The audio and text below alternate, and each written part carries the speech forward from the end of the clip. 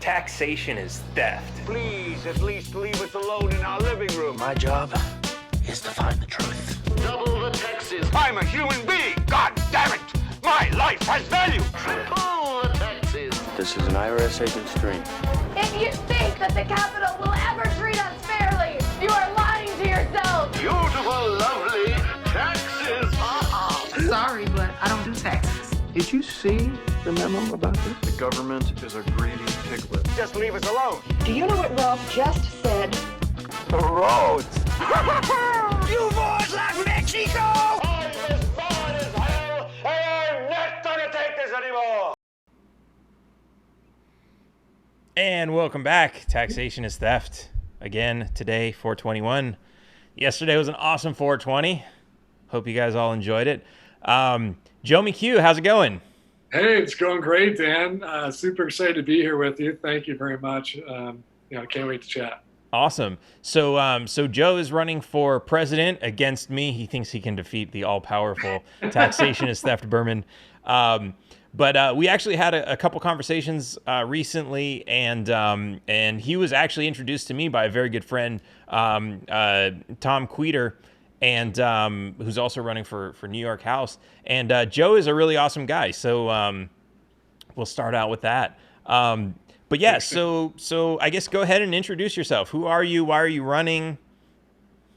Sure. Yeah. Okay. Thank you. Take the floor, however long you want to talk. Yeah, it's all good. My name is Joe McHugh, and I am a Marine Corps veteran and an entrepreneur with a background in finance and economics. I'm running for President of the United States because I believe that the country has been entrapped by our intelligence apparatus, as well as the Federal Reserve in particular. I think that the divide and conquer politics is exactly what you would want to do if you want to keep people entrapped. And that I think that the division in our country is a function of scarcity mentality, fear mentality, and that is all part of the entrapment. And I personally believe that if we were to end the Fed and go green instead, by giving every American an equal ownership stake in our economy, and so that we can get off of oil and out of oil wars, and invest into renewables and organics instead, that we would have abundance, we would have everything that we would need, we could get away from the division politics, we could stop spending money on things that don't work for us, and I think that everybody would be better as a result of it. It would be nice to be able to repeal the Patriot Act while we're at it, reduce the size of government dramatically, maybe even to the point where politicians and leaders could actually know what's going on within the government. Because to put things in context, like with the coronavirus today, the coronavirus was paid for with an NIH grant starting in 2002, right after the 9/11 attacks. President Obama shut it down 6 years into his administration in 2014. So why did it take him 6 years to shut it down? And then President Trump started it back up again in 2017, and then shut down the epidemic or the pandemic team in 2018, and claims he didn't know about it. The reality is, I believe he probably, there's a good possibility he might not have actually known about it, because the government is really, really big, and it really ought not to be that big. And so, I also, Dan, you and I also spoke last week, and I shared with you a little bit about my background and, time in the Marine Corps and how I've been dealing with government entrapment ever since then. And it's been crazy. And I've been working on a business called Earth Loans with the objective of deliberately undermining oil and gas revenue so that we could eventually drive them into bankruptcy. Who knew that the coronavirus would do a better job than, the private markets? But, so that was the objective. And every time I had an investor on the hook, they tried to get me to launder money and, get me to do illegal things. And basically, I'm just kind of hanging on. I've been, I trade the markets. I do whatever I got to do to stay afloat. And when the business, the last straw for the business kind of, didn't work out last year when I was in Buffalo trying to get it off the ground because they gave me a fraudulent contract. I decided to write a book called Hijacking America, Liberty Strikes Back, which you can find out at you can check out and get a summary at hijackingamerica.com. And then I just jumped into this as a kind of a protest, I think it's ridiculous that we do not have our rights. The Patriot Act completely undermines everything that America stands for. We do not have our rights. And I think that everything that's going on today more or less should prove to you that we don't have our rights. And so, one of the questions, Dan, that a lot of people ask me within the Libertarian Party is, why aren't you running as a Libertarian? And the answer to that is because, in my experience, the two-party system in particular has proven to be a one-party system. And I also have seen that the Green Party and the Libertarian Party seem to have been used in the past to manage the vote in order to produce a desired result. And so, quite frankly, I didn't have confidence in any of the parties as being anything more than an entrapment.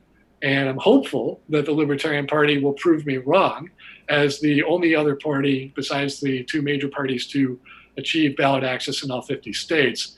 I think it would be wonderful to attack the two-party system from both sides of the aisle to show the American people that they are both complicit in our entrapment and they're not living up to their American values, to our American values.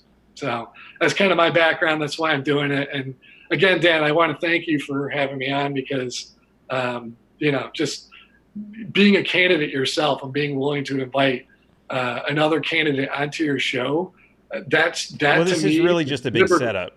Yeah, right. It could be a big setup. I'm known for putting my foot in my mouth, but I do got to thank you because, the Libertarian Party is supposed to stand for choice. The American experiment is supposed to stand for choice and freedom and opportunity, equality.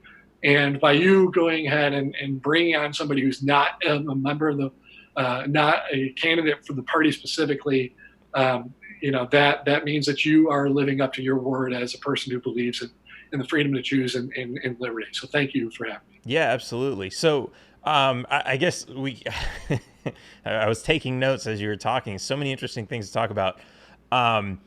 It is really interesting because we have the two-party system, and this is one of the reasons why I have so many candidates on the show is because most of the libertarians and the independents they're not career politicians. They're usually people who, they see a problem, they want a solution to it, and they know, we know the solution to the Patriot Act is to get rid of it. We know that shouldn't be there. Yeah, just repeal it. Yeah, but you have the big two parties that would neither would ever repeal it because that ultimately gives them more power. And these are the career politicians that, of course, are always trying to manipulate us. So right. You look at even the Democratic Party in this round. Since the very beginning, I've been saying Joe Biden's going to get it. And it had nothing to do with me thinking he was a better candidate or anything else. It was just the understanding that I could see him and I could see everybody else and I could tell that he's basically the guy that as long as he just totally doesn't screw up, he's going to be chosen by the powers that be above him. And that's just how those parties work. And you're right that the Libertarian Party does kind of stand for choice. It's the biggest third party. It's achieved 50 state ballot access. Although for some reason I feel like Jill Stein might have I don't know, because of her it feels like the Green Party is almost as big, but I think structurally and ballot wise it's not. But yeah, it does feel like it's, we want to break up the two-party system. We want to give America a different choice. At the same time, I feel like there is, and I'm hearing this all the time, that there's plants from the CIA. There's Republicans and Democrats that are trying to infiltrate the party and everything else. So there's that kind of stuff going on. So I don't know. It's one of those things where you have to look at it and say, well, the party is just a party. It doesn't really have a mind. And it's open so that anybody can come in and vote their position. So that also means it's absolutely vulnerable to a takeover from another party or another group or something else. So I think that's a very important note, and that's actually one of the reasons why I refuse to become a lifetime member. As many times as they ask me, and even though I've donated more than enough for them to give it to me, is I understand that things can change, and I don't want to sign an eternal contract with an organization that I know is open to being changed in a completely different direction. So I think we had this conversation. What's your kind of position on that? Because I know you like the Libertarian Party, but you're kind of keeping a distance as it is. Is that right? Yeah. So I mean, basically, very similar to what you just said is that you mentioned that people infiltrating and the thing about the intelligence apparatus in this country is that I think it's far more widespread than the average American understands. I think that that these people are everywhere, and I think that generally anybody who is in a position of influence is likely to be part of the so-called deep state, right? And that means that any organization is susceptible to infiltration, penetration, influence, whatever you want to call it. The good news is that I don't believe that there's uniformity in belief within the so-called deep state. I do believe that it is ruled historically in a very authoritarian manner, and that because of the compartmentalized security process, the people are on a need-to-know basis, and therefore nobody really knows everything that's going on, which effectively empowers the planners at the top, and the people that participate are forced to simply trust that the people at the top are doing the right thing. Where, if we were to take a look around, we see that, I think the opposite would be the truth, right? Like, right. Stuff this is like apart. Where we see like a situation where what is it? Undercover cops raided a drug house that was being run by other undercover cops. Yeah, it's ridiculous. From a different agency or even from the same agency. Yeah, it's the same ridiculous. Kind of thing. And the Supreme Court ruled that the police are able to lie to the public. Like, I'm sorry, I don't get that. If we were to declassify and open source the government and just make everything available, and the Libertarian Party is an interesting experiment like this, right? So, in theory, let's say everything is out. Everyone's debating. In the LP, everyone's openly debating at the state conventions, trying to figure things out. Personally, I'm not a fan of the way the party system is set up from a nominating standpoint. I think that the rules within the party itself lend it to being easily hijacked and easily manipulated. And so, how so? Well, I'd have to go back and look at it, but the candidate themselves, for example, if you or I were to win the nomination, we have limited influence over who is our running mate. We don't actually really get to choose. Right. Gary Johnson, I think, flexed his muscle in order to get Bill Weld, but the party itself is who chooses who the VP is going to be. And, from a strategic standpoint, that can be very limiting, right? I mean, for example, my particular strategy is to expand the size of the tent for the Libertarian Party, because the Libertarian Party has it right on the ideals, right? The values of the party are through and through American, and I would really like to see the party change its name to the American Party. And if you guys are interested, I know the guy in New Jersey who has the trademark on the American Party name, which, by the way, libertarians hate trademarks. Oh, fair enough. Ironic. Yeah. Right? But that's a fun story too. Actually, I actually called up this guy when I was, earlier in the campaign cycle when I was trying to get all this stuff going.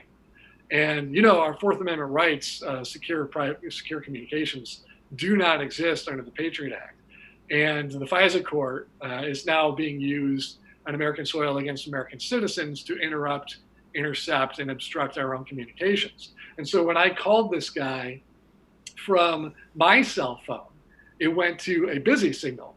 But I've been dealing with this long enough to know that it's likely just being blocked. So when I used, my parents' cell phone, my dad's cell phone, welcome to being, a fighter against authoritarianism. You end up unemployed and homeless, and 41 years old, you have to move back home into your parents' house temporarily after living on the beach in Puerto Rico. But that's just the life. If you want to fight the system, you got to deal with the repercussions. Anyway, so my dad's phone was handy. I picked it up, I made the phone call, and it went right through.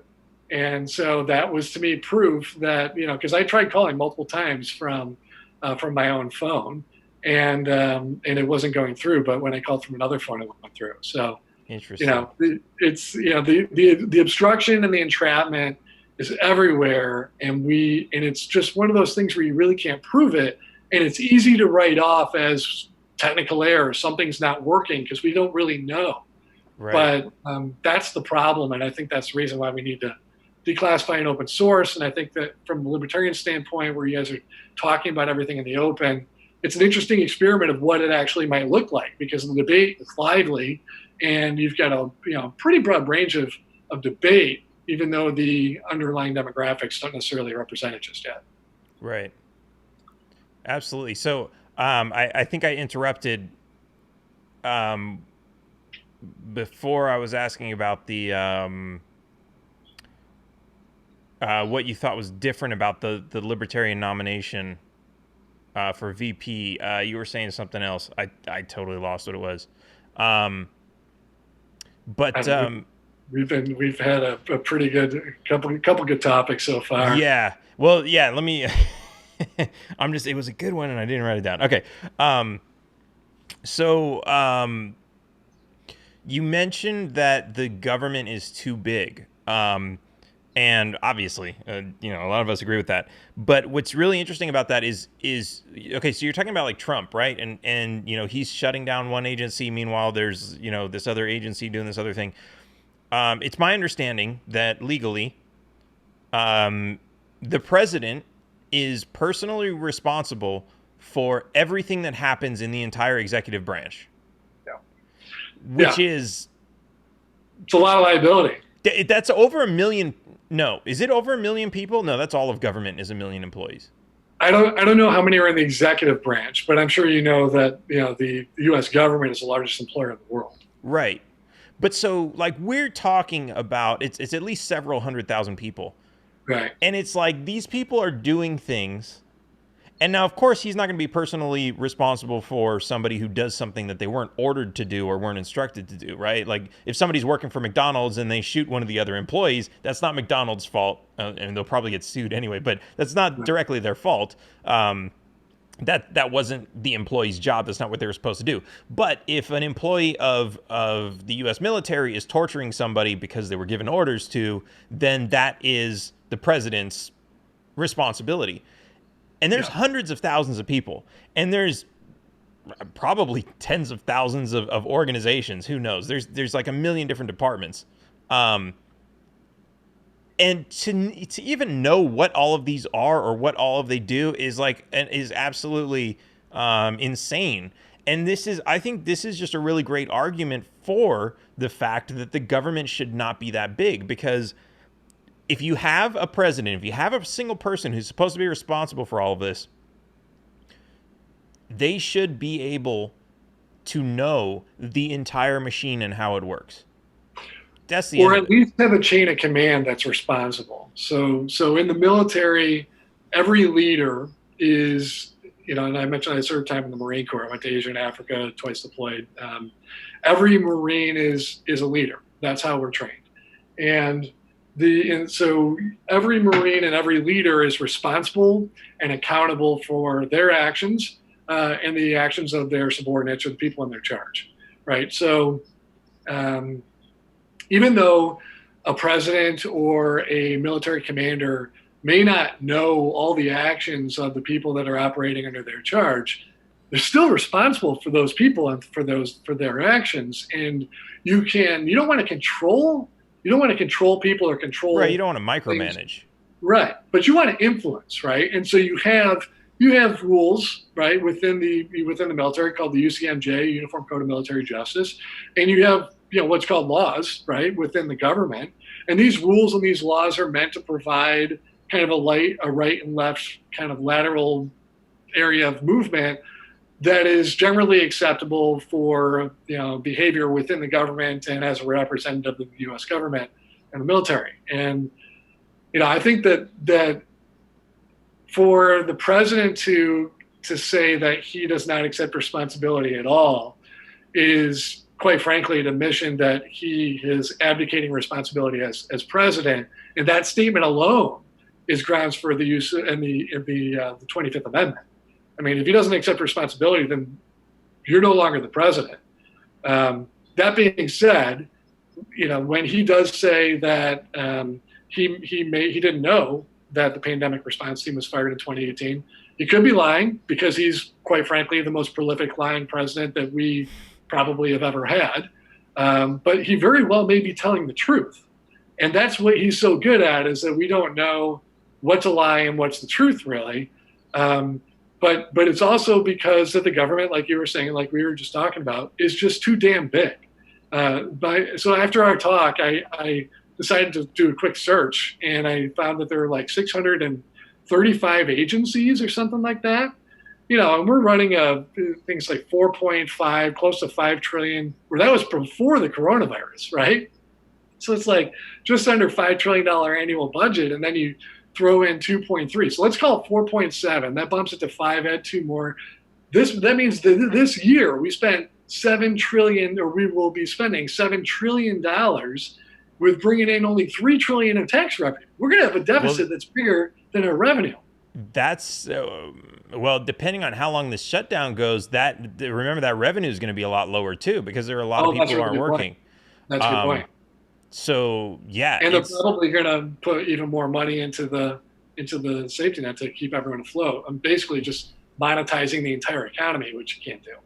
Right. And of course, they have their lender of last resort, or should I say printer of last resort.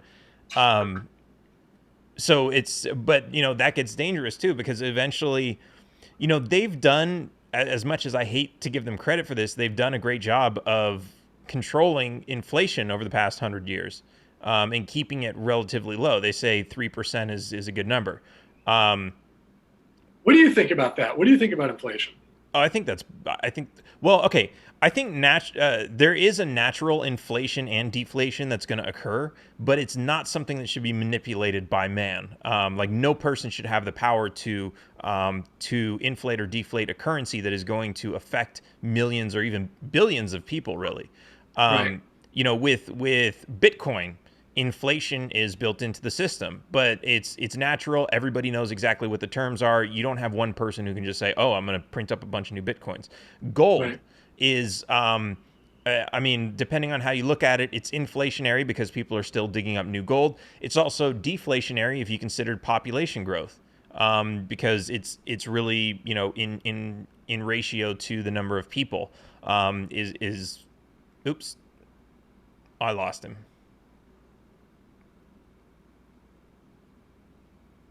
Let's see if he comes back. I think this is the first time that's happened. Usually they just freeze. Maybe the NSA shut him down. What do you guys think? Do we create a poll? How can we create a poll on here?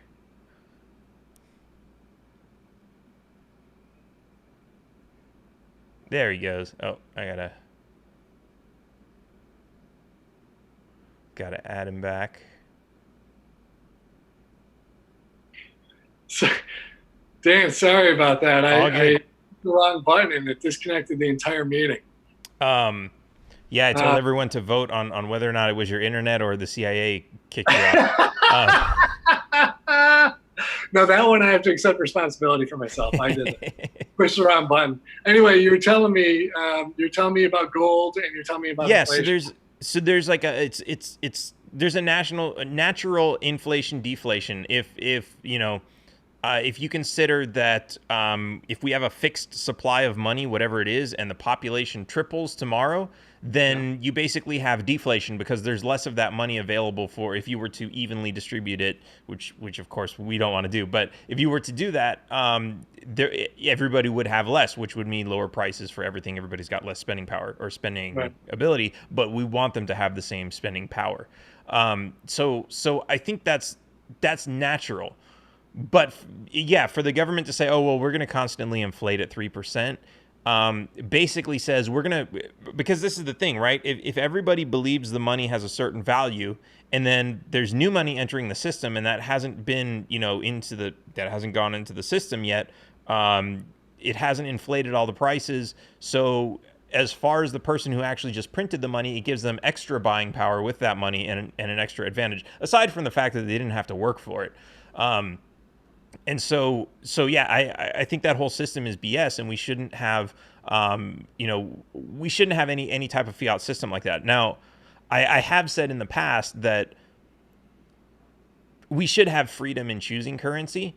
So if somebody wants a fiat system, fine. Pick the, like, I don't know why anyone would want to do that, but hey, I mean, people play roulette all the time, and that's kind of a dumb investment, but people enjoy doing it. If people want to use fiat currency as their currency, let them.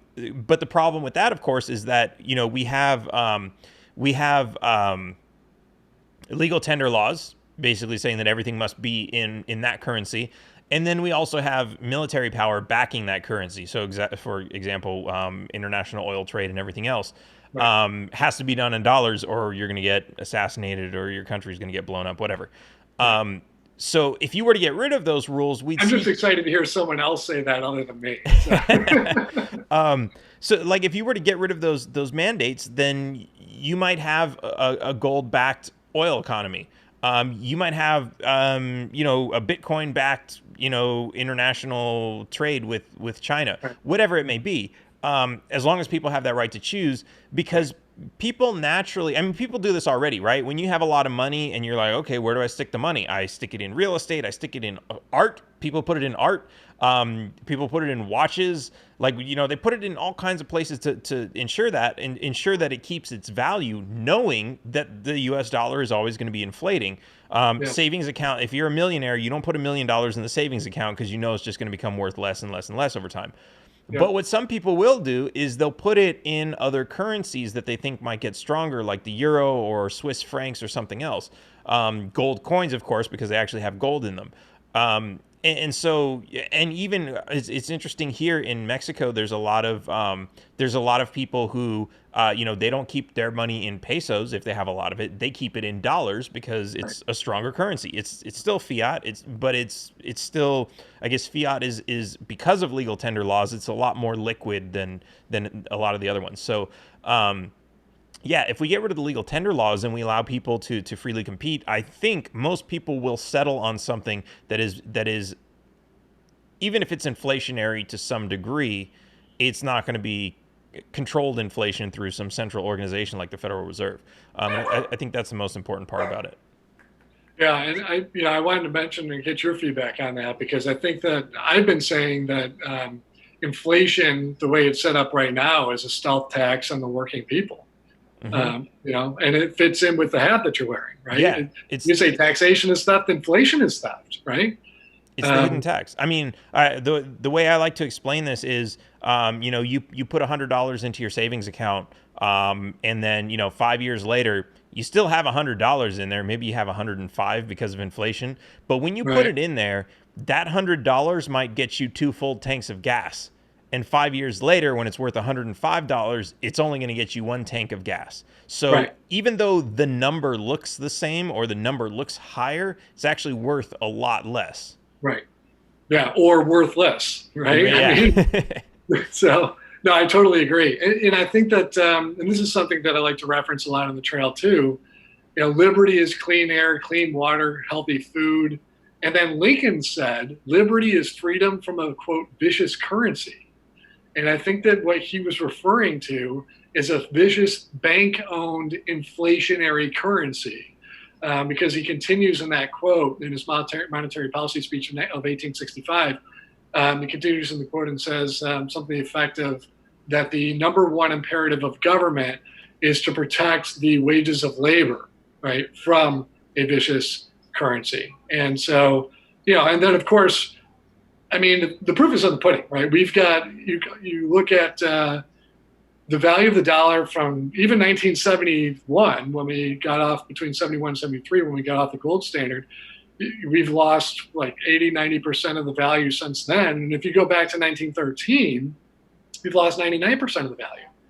the money is worth less, and some would argue worthless, right? And Right. so this is what you and I were talking about before. I think that part of the reason why I think that we need to end the Fed and go green instead is because I believe that we would be better off if our credit union were to issue Lincoln's greenback and back the dollar by nature itself, because fiat or gold or oil or whatever you want to use to back the money that you're using, if it's not connected to nature in some way, then you end up with a consumption-based economy. Can you hear me okay? Right. Or Yeah, I'm looking. I had a dollar bill around here somewhere because my dog pulled it out of my backpack. She's got expensive taste and loves to chew up money. But I've got you actually said you said the magic word. You said greenback, and I wanted to show a dollar because of that. Because a lot of people refer to money as greenbacks when actually there's and flip it around and it's green, right? right. But that's not actually a greenback. Lincoln created the greenbacks, which was that was actually backed by silver, right? It was a silver certificate. Actually, it was, in theory, it was a silver certificate, but I don't know that it was actually.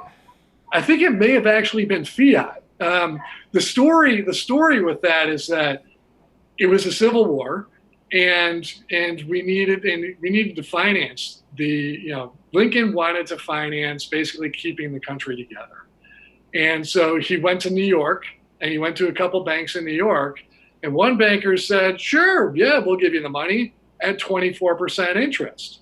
And another banker said, yeah, absolutely, we'll give you the money at 36% interest. Lincoln returned from New York and said, this is robbery. We're not going to indebt and enslave our nation into perpetuity by borrowing to bankers. And he went to his general at the time and said, hey, bud, or rather, general, he said, find me a way to finance this war. And the general came back and referenced Article 1, Section 8 of our Constitution. This is a little book I bought off of Amazon, Constitution, Declaration of Independence, all sorts of stuff. Carry it with me everywhere I go. And Article 1, Section 8 of the Constitution, the general informs the president, says that we, the people, the Congress, has the right to coin and print money, and that all we needed was Congress's permission to create our own money. And so Lincoln went to Congress and said, we need to create some money here. Congress said, okay, here's an allocation of X number of greenbacks. And the government simply spent the money into existence by paying the military, who went out and spent it on everything else.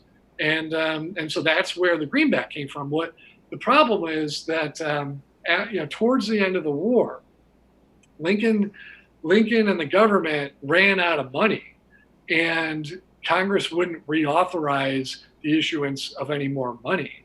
And I think that any astute observer of politics today could surmise probably the same thing happened then.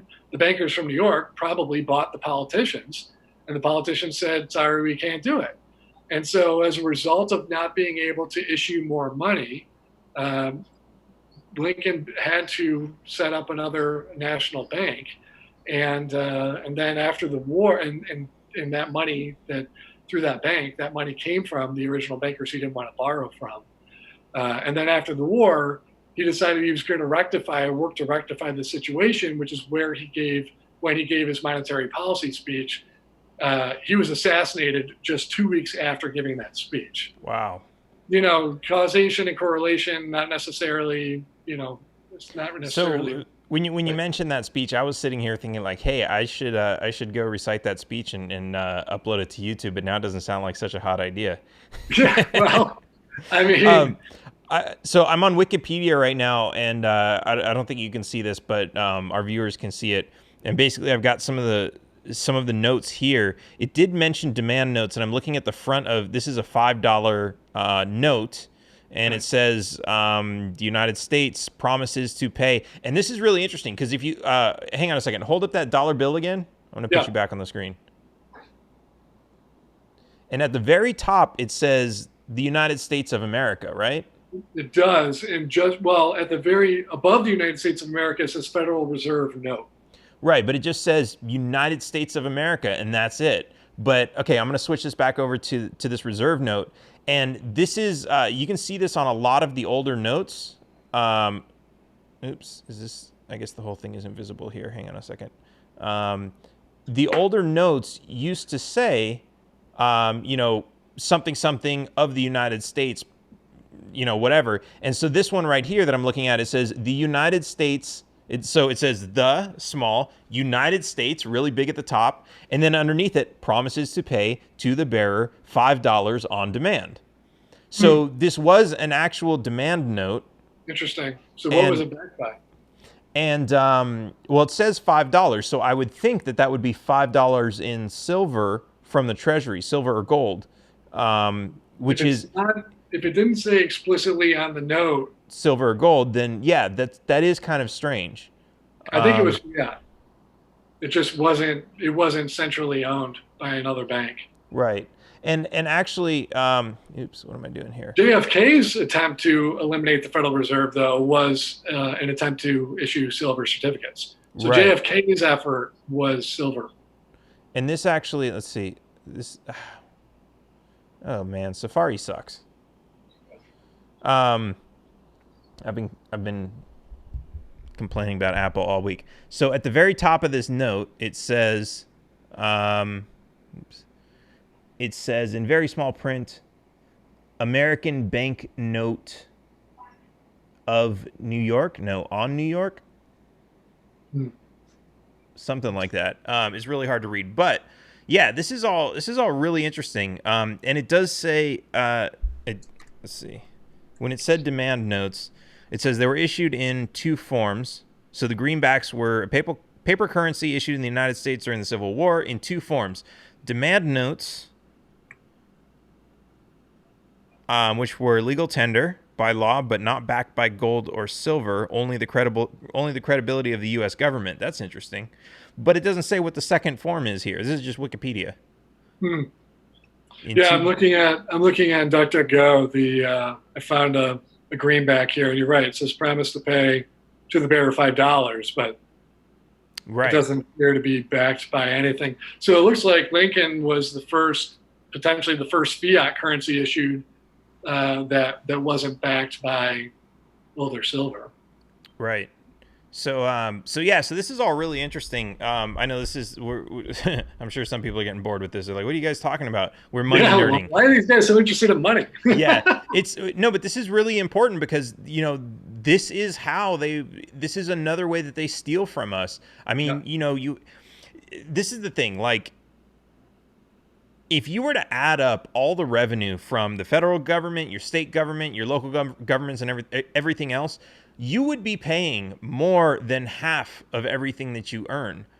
But it doesn't feel like that because only a third of it comes out of your paycheck. Only, an extra 10% goes on to everything that you buy. That's only 10%. You've got your property tax. That's only such and such. Your employer is paying you less because he's got to pay an employment tax. Like, they are nickel and diming the crap out of us. And when I said more than half of what you earn, that doesn't include inflation. Right. Yeah, that's a really good point. And it's just another thing that they do so that they're able to, and what do they do with all this money, right? Because, like, if you think about it, you've got all these, like, trillionaires that are just sitting around. Oh, we run the United States. We're in power. We've got control. Like, what do they need a little bit more money for?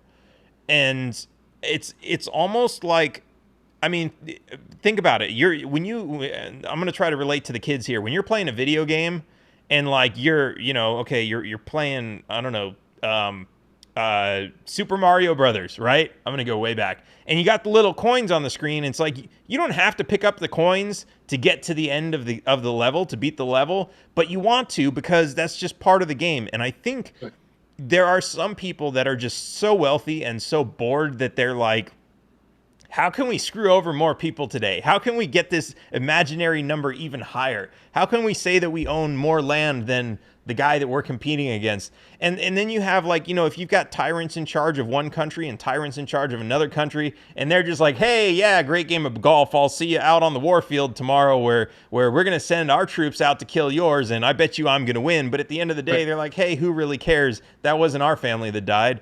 Right. Sorry, go ahead. Yeah, no, I don't know. I'm done with that. I didn't mean to interrupt you. I apologize for that. I was just going to say there's a good book that's describing everything that you're talking about called Lords of Finance. Lords of Finance. I'm gonna have to check Lords that of out. Finance. Really, really good book. It's a monetary policy book, but it describes the interwar period between World War I and II and the relationships of the central banks and how they manufacture war. And it's exactly what you're talking about.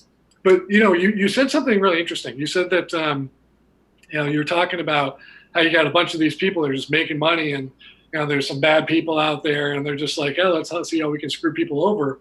I think it's important to talk to kind of bring what you're talking, because I totally agree with what you're saying, and put it in the context of the coronavirus for today, right? So I was doing some research because actually I think it was you who asked me to look into. Can't remember. It was following our conversation where I was describing to you how I'd like to back money by land and water, natural land and water. And I was putting together my End the Fed, Go Green Instead pitch. And so I was researching the Federal Reserve and why in the world Congress and the president did not simply freeze our bills, right? Why didn't we just pause payments? I mean, the stock market wouldn't go down. Nobody would go bankrupt. Everything would be fine, right? The money is still in your account if you don't spend it, because you don't have to pay your bills in the meantime. And the only reason why we're not pausing bills is because all the money flows up to the Federal Reserve, right? So, let's take a mortgage, for example. You own your home, you pay your mortgage payment every single month like a good steward, like a good, subject of American capitalism. And that interest goes to that bank, or they collect the payment. And whoever owns the mortgage note, because it's generally not the bank, the interest is going to go to whoever owns the mortgage note, right? So that is generally owned by large investment companies like hedge funds and mutual funds and family offices, and basically people that own a lot of stock in our banking system. And so if you own a lot of stock in banks, then you also have proxy representation into the Federal Reserve, right? So the Federal Reserve has something called a cumulative dividend policy. And I had to look it up, right? And I'm an investment advisor, right? So a cumulative dividend policy, if you look at like Investopedia, for example, is a good reference. It explains that without question, every single quarter, a dividend needs to be paid without exception for profitability on the underlying asset. So what that means is that the Federal Reserve is lending our money to us to use, and then we're basically giving it back to them when we consume things. And so we run out of money in the process, which is the reason why they constantly have to give us more money, right? But it also means that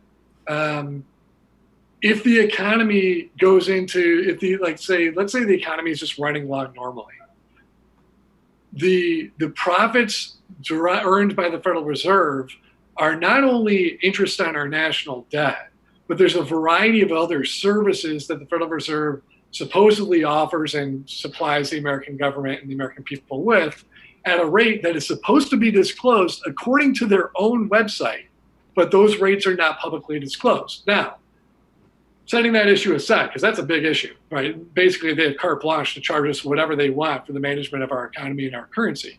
But let's set that issue aside for just one moment, right? So that means, let's say that whatever money that they are able to generate, the profits on that are paid out every single quarter. The cumulative dividend means that, let's say the economy goes into recession, and we actually lose money.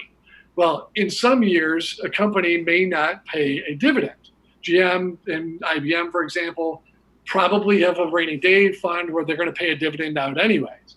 but other companies may pay a dividend one year and they may not pay a dividend the next year. And if they lose money, they're probably not going to be, and they don't have a rainy day fund, they're less likely to pay that dividend. In the case of the Federal Reserve vis-a-vis the United States, we owe them no matter what. That cumulative dividend means that we are on the hook to pay them a dividend every quarter without exception of the profitability for the underlying economy. The cumulative dividend policy is the reason why we cannot pause our economy. It's the reason why people are supposed to be getting checks in the mail, whether it's the $1,200 or whether it's the unemployment insurance or whatever. It's the reason why people are being encouraged to spend their money on bills, to pay their utility payment, to pay their cell phone, the car payment, the mortgage, instead of just pausing it, waiting for this pandemic to pass, and then starting up as if nothing ever happened in the first place. It's all because of the Federal Reserve. If we owned it, let's say you and I had a company, right? Let's say, you and I owned, Bank of Dan and Joe, right? And you've got a beautiful house in Mexico. And all of a sudden a pandemic hits in Mexico and you're like, Joe, I'm not going to be making any money right now for whatever reason. And can we work something out? And, you've got ownership in the Bank of Dan and Joe. So, you and I've got a good relationship. We both believe taxation, not so bueno, right? So we're like, yeah, okay, there's no reason that you should go bankrupt or I should go bankrupt in the meantime. Let's just agree to pause payments and then restructure the loan afterwards, because that just makes sense. With the cumulative dividend policy, we don't have that ability, and that's the reason why our Congress was not able to freeze the bills. If we were to end the Fed and go green instead, or to say it in a less, drastic way, simply conduct a paper drill that changes the ownership structure of the Federal Reserve so that instead of the owners being corporations and banks, it's the American people instead. Next time that we run into either a pandemic, a natural disaster, terrorism, or war on our own soil, we can simply hit the pause button until everything is back on our feet and the government doesn't need to take out any more debt and nobody has to lose any more money from their bank account. No one goes bankrupt. The businesses stay fine. They don't go bankrupt either, because when you pause payments for the economy, you pause payments for everyone. As in the way F.A. Hayek said, right? Laws are supposed to be general, equal, and certain. You apply it to both people and to businesses. But we don't have that ability right now. And believe it or not, even though I'm always pointing the finger at the Fed, it's because of the Fed. It's because of that cumulative dividend policy that this whole coronavirus is causing us to explode our debt and destroy our dollar. So I have a question about that, because, okay, so you say that no matter what, we have to pay that, but ultimately, I mean, let's talk about, let's say you and I have a contract. I borrowed some money from you, and the contract says no matter what, every month I have to give you money. Right. If I don't have that money, yep, I can't pay you. And so even though the contract says no matter what, the worst that you could do is you could sue me, and we'd go through and, maybe you'd say, okay, well, now I get to take property, whatever. But what would realistically happen if the U.S. said we're not going to make a payment to the Federal Reserve because we don't have it, especially considering somewhere in the Constitution it says the United States cannot be sued in its own court without its own consent. Right. That's a really good, trying to find the ideal. Stripes. Yeah. No, that's a good question. And I think that this would have been a good time to find out. And the only way to find out is to find out. I think that no time like the present to find out. The irony is that because we were not able to garner the political will to freeze payments for the American people and for our small and medium-sized businesses, and even the large businesses. I wouldn't discriminate against any of them.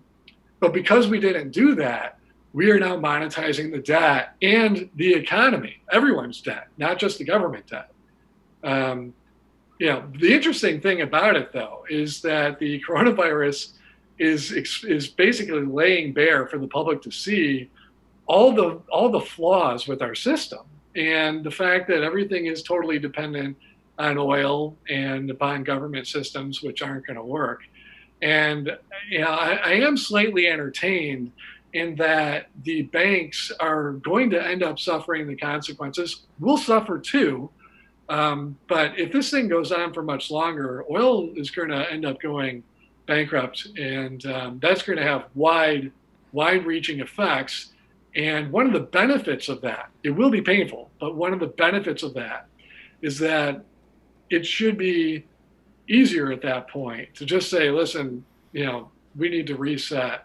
We need to reset the economy. We need to make sure that our money is aligned with our people and our values and our environmental values.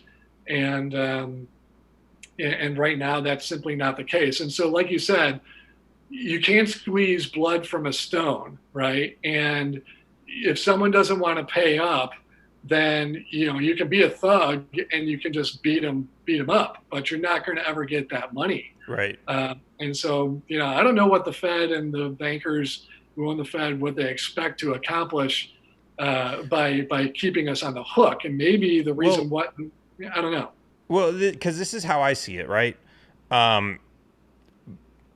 Banks are obviously, they don't want the loans paid back, right? They want there to be loans because that's how they make money. It's the more money I can lend you, the more money you have to give me every month. And if you keep giving me money every month, that's my income stream.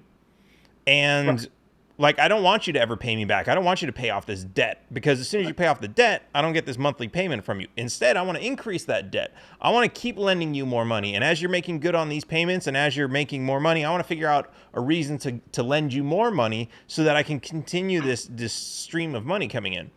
Right. And and that may be pharmaceuticals and stuff too, right? I mean, all the pills. I guess the way I see it is they don't care where the money comes from, as long as the IRS and the government through its other agencies collect that money and they make the payments. But okay, so we give all the money back to the Federal Reserve and say, okay, see, we're good. We gave you back the money. Now give us more so that we can put it back in our economy. Right. And so I see this not necessarily, like when you say they have to continue to make payments, I kind of get that, because that's part of the structure. But I think that's why they're so willing to just lend more money, because they know ultimately the more money they lend, the bigger those payments are going to be further down the line. And now, like, if this pandemic were not happening, it would be difficult for them to say, hey, take another $2 trillion. But since there is this pandemic just start giving everybody money, but you're going to have to borrow it, and you're going to have to pay more interest on it. So I think, like, ultimately that's part of the plan. Like, this is just, it's like you said about having a big shadow government with influence everywhere. It's, the banks have influence over. I mean, this we saw this in 2008. The economy is going to collapse if you don't issue a $700 trillion or $1 billion bailout. Right. And wow, so $700 billion is not small at this point, right? I mean, and they're like, oh my God, what do we do? Okay, sign it, right? So they signed it, and then they did another one, and that ended up being like $2 or $3 trillion. Now it's, I don't know, we're at like, they've done 2 trillion, and they're looking at like another 4 or something. Like this is like, just because under normal circumstances it would be like, no, what the hell are you doing? You can't do that. You're going to put all of our future generations in debt and everything else, and everybody understands it's a bad idea. But when there's an emergency, then people are like, oh yes, we need. And like, even that's even the thing with, like, the $1,200 that most people got. They were so in need of that $1,200 that they were able to completely look the other direction at the other, $1.5 trillion that they gave to big corporations and banks and everything who really didn't need it. So I think that's, I don't know. But then you were talking about the oil prices, and I don't know if you saw this thing about the oil price went negative. From what I understand, that's for futures or something. Right. So the way that works is it's a futures contract on delivery of the underlying commodity or the underlying asset. So if you were to, I was joking around with a bunch of people yesterday online saying that, hey, look, if the contract is negative, let's rent a storage unit and take possession of as many barrels of oil as we could possibly get at this point, because that would, I think it would pay for itself, right? Because I mean, negative. They basically, what that means is they They're would pay paying you to take it. to take the month, to take the barrel. But that's not really what they're doing, right? Well, the contract settled in the negative. That's really what would happen. Whoever owned the contract would end up getting the barrel delivered to them, and they would pay for it. Okay, so why would somebody pay to get rid of a contract? Is this like, because I've seen that with, I think with put contracts, like you could go into the regular stock market and there's put contracts, and if the price of something, but this is if the price of something goes up, you want to get rid of that contract, because if the contract comes to the date, the delivery date, you have to then buy this stock at a higher price and then give it to somebody for the lower price that the contract said. So if you can pay someone to take this contract off your hands, you're not going to lose as much money. Is that kind of what's going on here? But at the same time, the price of oil was going down. So how could that be the same thing? Well, I mean, if I understand where you're, if I understand kind of what you're describing, the way I would describe it is, you've got oil companies that are producing oil, and I'm going to put my headphones on here because there's some background noise. All right. But you've got oil companies that are pumping, and we've got storage that's at 70, 80, 90%. I think the last I checked was that the existing storage facilities was at 70%, which means that at the rate that we're pumping, can you hear me okay? Yep. Oh, no, I lost you. Oh, wait. Can you hear me now? Yep. Okay. All right. So the rate that we were pumping, we would end up capping out at some point, which means that you would end up with one of two choices as an oil company: shut down operations, or find someone else to take the oil off your hands while you slow down operations and avoid the cost of starting back up, right? So there's a certain cost when you mothball a factory relative to, or an oil pump rather, as relative to keeping something in operation. Now, I'm a commodity trading advisor, but my focus, and a financial advisor, but my focus was in Forex and crypto, not specifically in spot futures, for example. But generally, the way I understand it, and the only deduction I can come up with is why somebody would want to pay you is to avoid having to go through that shutdown, which could end up being far more expensive. And they just simply need someone to take possession of this contract. I also think that it more likely, because I don't think it closed in the negative today. I'm not sure if it closed in the negative. But I think it's far more likely that it was simply just a reaction of the market, that recognizing that we're pumping so much oil that we're going to run out of storage, which means that we're basically going to have to stop production of oil, or slow it down to the rate of consumption.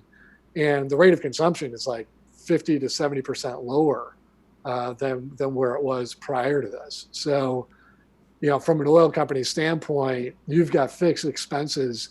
And if you're not producing enough to cover your fixed expenses, you're bleeding money and you're on your way to bankruptcy. And so there are a lot of drilling companies that are just going under, and I think we can see some of the majors suffer as a result of this too. Interesting. And this kind of makes me think of the milk thing where, they were producing too much milk, but of course they were ordered to just dump it. That's not going to happen with oil. No, probably not. But if they did, then you got to clean it up somehow. Yeah, right. But it's interesting that, because they mentioned that, like you said, like, yeah, well, let's rent a storage place and we'll take the money and we'll put it in there.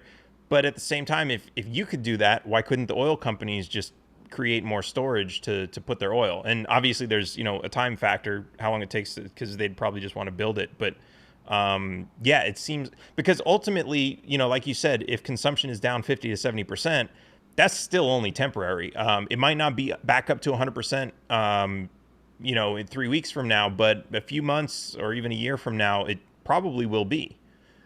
Right. But if this lasts, let's say it lasts 3 or even, 6 months, if this goes on for that long, you're going to see significant damage to the market. Now, I haven't done the analysis on the individual companies, so I don't know what their runway looks like.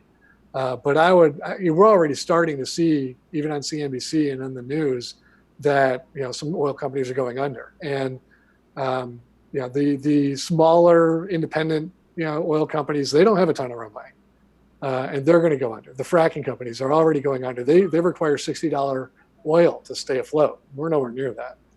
I think it was like $10 last I checked, right? So it's not going to take. I mean, yes, okay, in theory, it'll bounce back, but the question is when, right? And if it takes too long for this to bounce back, you're going to end up without an oil infrastructure to deliver gas to the pump. And if you don't have oil infrastructure and gas infrastructure to deliver gas to the pump, you also don't have the infrastructure in place to deliver food to the grocery stores. And if you don't have food in the grocery stores, you got a problem. Right? Because at that point, money is worthless. We already know it's worthless, but at that point, it really becomes worthless. Because if you can't buy food with it, then what good is it? Right. So you can't eat it. Right. Now, the other side of this is that, let's say worst case scenario happens and the oil companies go under and there is a disruption of gasoline at the pump and it's not fixed right away. You're going to see, and then the economy, let's say the economy opens back up right away too. You're going to see a significant spike in the price of oil from today's levels and the significant spike in the price of gas. And so this is going, while right now we're seeing a huge drop in the price and there are a lot of people that are kind of giddy about it. Everything has an equal and opposite reaction in physics, and economics abides by the laws of physics. And so that means you're going to have a snapback reaction, and there's going to be a spike in the price at the pump and for everyone until the market hits an equilibrium. So interesting. Yeah, this is. I mean, it almost even sounds like a simple solution to this problem would be if everybody started buying gas like they were buying toilet paper, storing it in their own homes at this lower price. They're going to help start moving that oil, which is going to keep all the drills open and keep everything moving so that they never hit capacity. And that when the system comes back online, when we start going back to work and everything else, first of all, we've already got plenty of gas at home. So we've bought in advance at a cheaper price. But we're making sure that the trucking companies and everything else are still kind of there. So what you just described would be a futures contract for the average homeowner.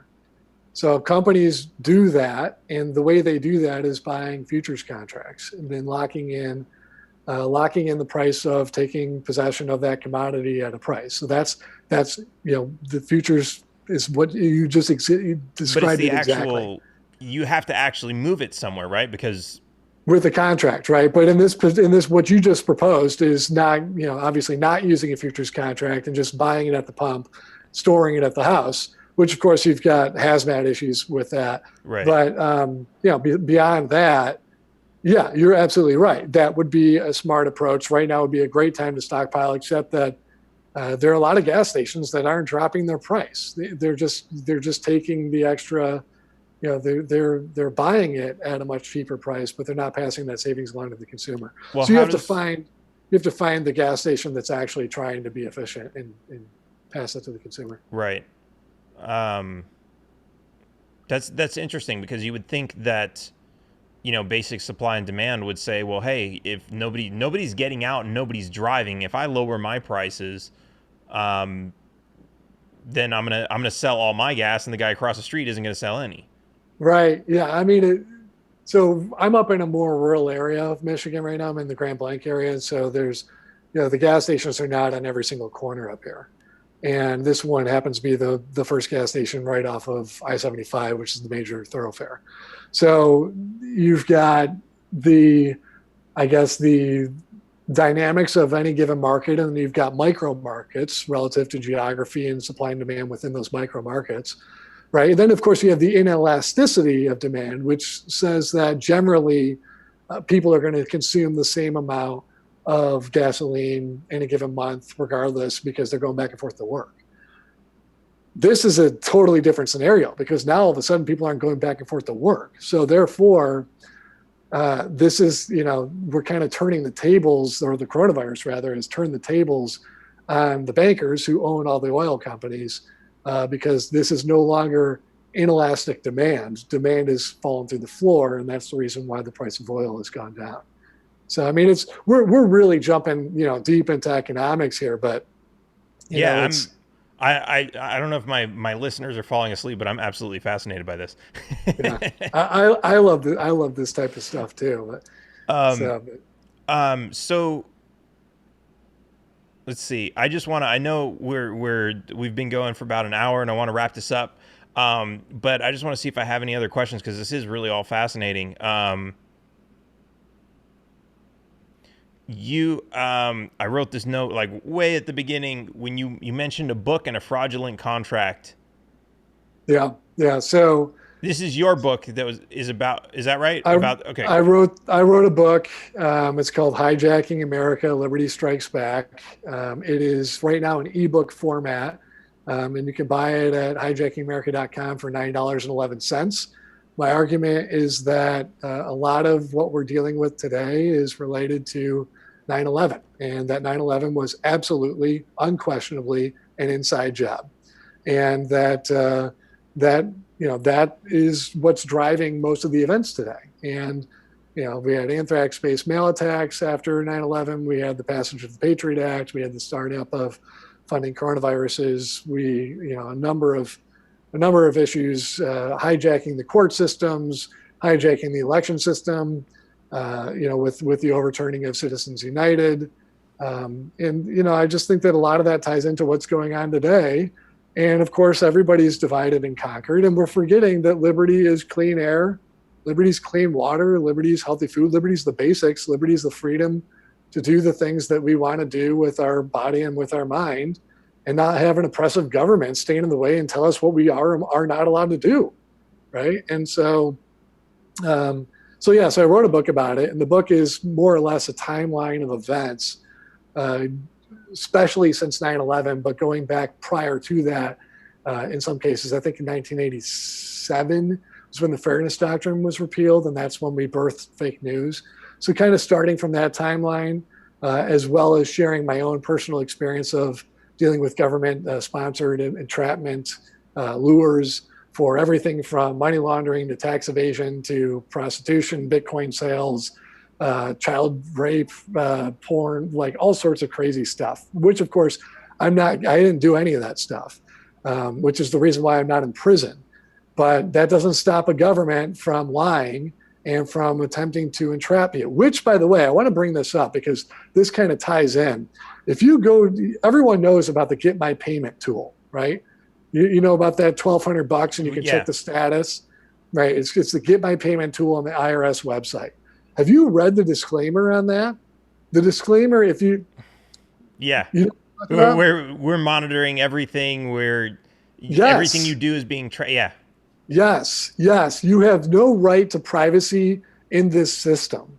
Privacy is a Third Amendment right? And but that statement is almost verbatim Patriot Act. It even uses the word interception, which is the I in Patriot Act. Which is weird because what could they be intercepting if they're expecting you to you go to that site to put your information in, they don't have to intercept it, you're giving it to them. Right. But again, this is a conversation that I had with my buddies on chat the other day. If you read the sentence, words mean things, right? So let's say let's eat grandma and let's eat grandma, and take the apostrophe and put it as a comma, right? You change just a minor thing and you get a totally different meaning, right? So where it says you have no right to, you have no expectation of right or privacy in this system, it doesn't say what the system is. It doesn't define the system, and it doesn't so it also doesn't define what's the word that they use? Let me see if I can pull it up. But it also doesn't define unauthorized. And so basically, because it's a government website, any sort of activity, since unauthorized is not defined for you, any activity whatsoever could be subject to entrapment, surveillance, interference, interception, obstruction, capturing, all of that stuff, because the government doesn't define it. And that is subjectivity in the law, the tyranny of subjectivity, which is a big topic in my book as well. We need to have a constitutional amendment that makes things like that void for vagueness, which used to be a constitutional rule. Right. And I mean, this sounds so much like the tax code, and like, what I've been learning about that lately, about how, when they ask you to sign a W-2 form or W-4 form, you're agreeing to all these things that you don't even know what they mean. They're different definitions, and you're basically defining yourself as a different class of person that has absolutely no rights within this system, and you've just signed that contract and given those rights away. Millions and millions of people signed that Get My Payment tool, and if Congress wasn't able to reauthorize the Patriot Act, now the executive branch doesn't need Congress to do it, because we did it for them by signing up for that system. Right. And this is a really interesting point too, because it's it was several years ago where, I basically said, okay, look, I understand that a lot of the tyranny that the government does is through contracts, right? They coerce you into contracts, and that's that. So I was, and I took a note from some of the sovereign citizens, even though I know a lot of the stuff they say is crazy. But they had a really good point about not signing government contracts. And at this point, the only contract I have with the government is a passport. I don't have a driver's license. I don't register cars, all this other stuff. Nice. And so to that effect, it's really like, it's like, oh, here's a contract, the devil with like, sign this contract and I get your soul. Details. And it's like, why would anybody sign that contract? Oh, well, here's $1,200. That's why you want to sign it. Right. And they're literally getting hundreds of millions of people to sign this contract for $1,200. And this is not like, because a lot of people are debating this, hey, should I get the $1,200? And they're debating it on, whether or not it's like a UBI or socialism. And they're just like, well, I gave them so much more than that in taxes already this year.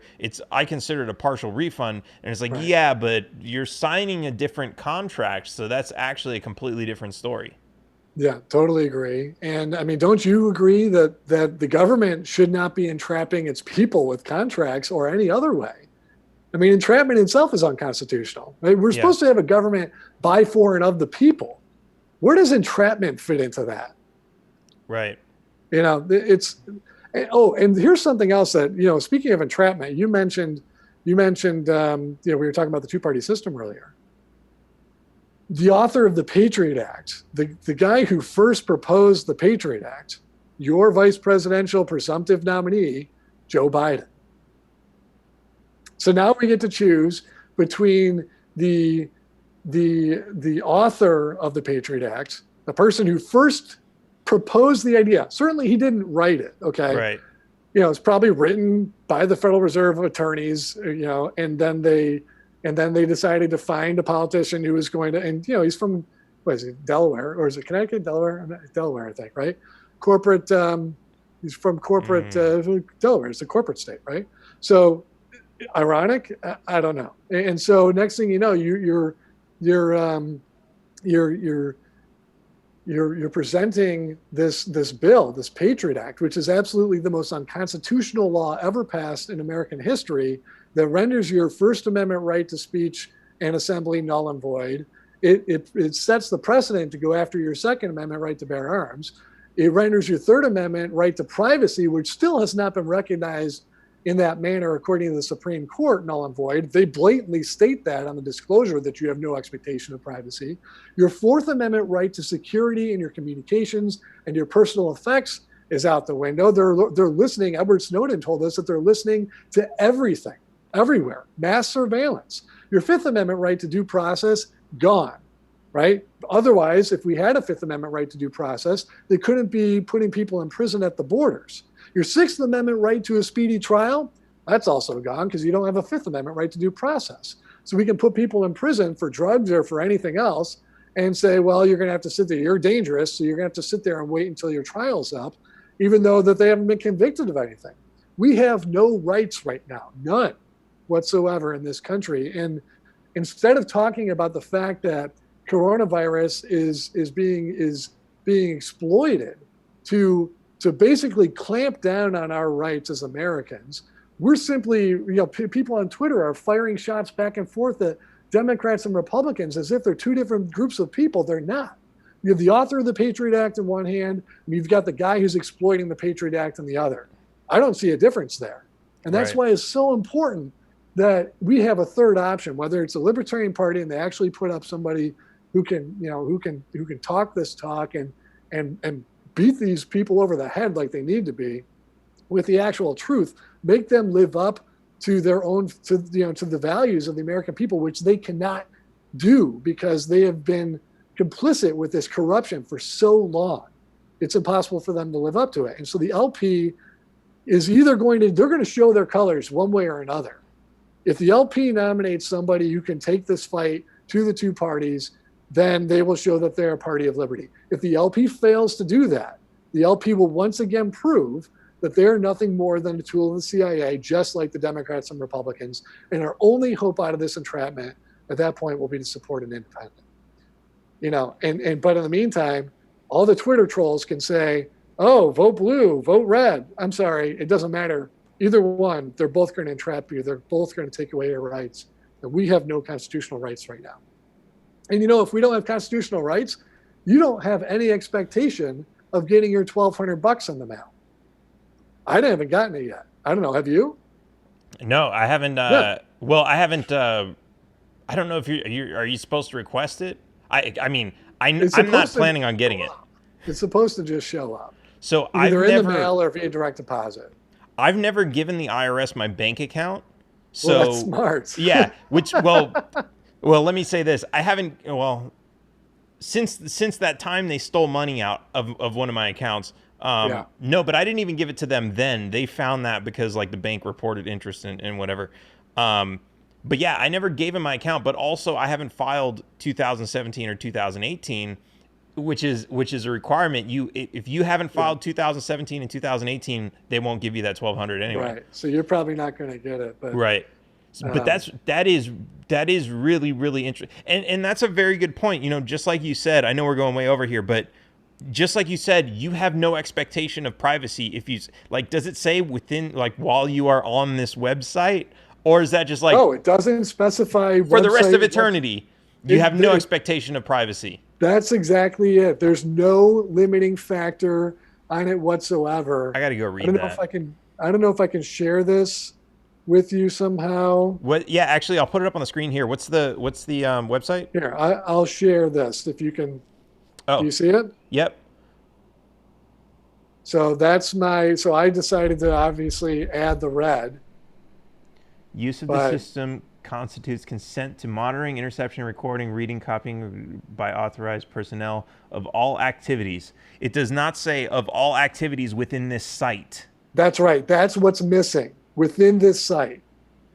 Wow. Right? Yes. So that means oh, wow. Yeah. Is that mind-blowing or what? There is no right to privacy in this system, and they don't say what system it is. They're talking about the United States. Anyone who went to use this tool has given up all rights, gone.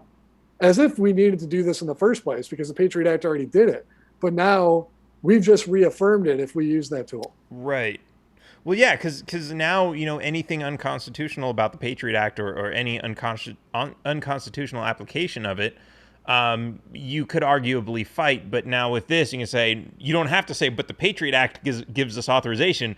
No, this contract that you clicked OK to gives us authorization. Wow, they totally got this idea from Apple, too.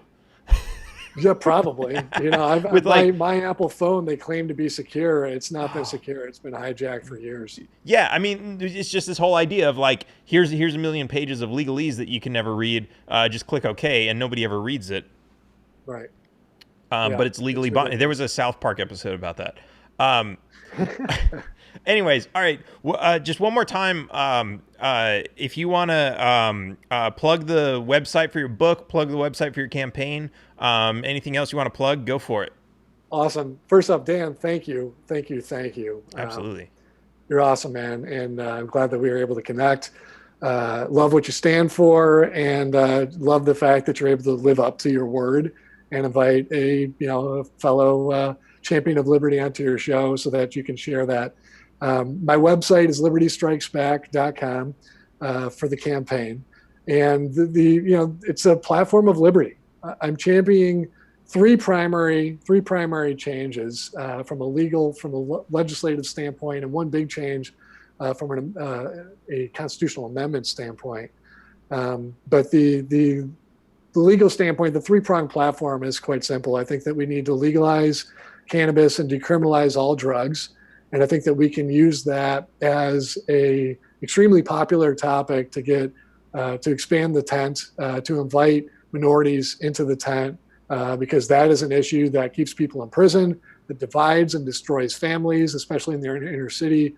In Detroit, where I grew up right outside Detroit, and I watched that. People's families get decimated every night on the evening news. That's initially the issue that got me into politics when I was a kid and set me on this path, which I have not been able to deviate from. And so I think that that's a huge issue. I also believe that it's important that we end the Fed and go green instead. Let's give every American citizen an equal ownership stake in our economy so that we are no longer beholden to foreign corrupt Federal Reserve and foreign bankers. And then finally, we need to declassify and open source our government. We, the people, deserve to know the truth. We have a right to privacy, not the government. We have a vote, not corporations, like the Citizens United ruling says. And until we fix those things, we're not going to regain control of our government. We need to end the Fed first, because they're the ones who are entrapping everyone else, including our elected officials. And if that's not the case, then prove to me why our elected officials did not get the freeze bills payment through with the coronavirus. And then we also need to restore and fortify our constitutional rights with an Amendments for America package that makes every law that reinstates the void for vagueness doctrine. Okay, and that's one of the five constitutional amendments that I think that we need to implement. Void for vagueness doctrine was a 1926 ruling that was a test for every law, that anything that is not difficult, or rather anything that is subjective, is unconstitutional. It said that in order to protect our right to due process, every law needs to be easily understood by the average American and clear and objective. And today's laws do not hit that mark. And they're very similar to Hayek's, clear, objective, general, equal, and certain. We also need to rebalance our courts. And there used to be a 2/3 Senate majority requirement that was in place for 107 years. The precedent was the last time we first broke that rule after 107 years, I think it was in 91. It's on my hijackingamerica.com website. Prior to that, the last time the Senate confirmed a Supreme Court justice without a 2/3 Senate majority was during the Civil War. Okay, so that shows you, how long this precedent held. And as a result of breaking that precedent, the former Republican Party, now authoritarian party, the hijacker party, effectively, they stacked the court with 4 neoconservative. They are not conservative in any way, shape, or form, but neoconservative judges that have proven a penchant to undermine our constitutional rights. You can see that when they decided to overturn Citizens United and tell the American people that corporations are people too, which we know is not the case. You can see that when President Trump appointed 2 justices after he appointed an FEC chairman that repealed net neutrality. And then when the ruling went to the Supreme Court, the 2 justices and the rest of the neoconservative majority upheld the ruling, thereby institutionalizing corporate censorship. And that is the reason why Twitter and Facebook and all these other platforms are censoring our speech right now. It's because of that repeal of net neutrality and the appointment of those extreme judges. That's the third one. I also propose a balanced budget amendment, because an imbalanced budget means that the debtor is a slave to the lender. And, we should never be a slave to anyone as Americans. There are far too many people, myself included, who have pledged our lives to support and defend the Constitution of the United States against all enemies, foreign and domestic. And I'll be damned if we end up giving up that right because we can't maintain fiscal responsibility and a balanced budget. But the reason why we can't do that it's not so much the fault of Congress. I believe it's because of the Federal Reserve and the cumulative dividend policy. And so that's why we need to adopt a planet-friendly money amendment that ties our money to nature so that it's no longer owned by a corrupt, foreign-controlled Federal Reserve, and instead is owned by the people so that we can get a dividend from the profits, so that our money is backed by assets, and so that our economy is not based on consumption, but on production and on conservation, restoration, and preservation of nature and a healthy lifestyle. And so those are concepts that I think 80% of America can get behind, and the other 20%, I just don't think that they're American if they don't believe in those ideas, right? Clean air, healthy water, good food, healthy food, and sound money. I mean, how can you argue with that? So anyway, Absolutely. Dan, thank you. Yeah, thank you. All right, well, I guess that's our show. I know we went way over tonight, but I hope everybody watching had a really awesome time. I thought this was absolutely fascinating, and I look forward to talking to you again and exchanging some more of these awesome ideas. So thanks again. Thank you. Hopefully we can collaborate at some point. Awesome. And you know what? If you want to drop out since you're living in Mexico, I'd love to have your endorsement. Well, I'm still in the race. I know you are. We'll see what happens. All right, I'll see you guys next time. Sounds good. Thanks, Dan. Taxation is theft. Please, at least leave us alone in our living room. My job is to find the truth. Double the taxes. I'm a human being. God damn it. My life has value. Triple the taxes. This is an IRS agent's dream. If you think that the Capitol will ever treat us fairly, you are lying to yourself. Beautiful, lovely taxes.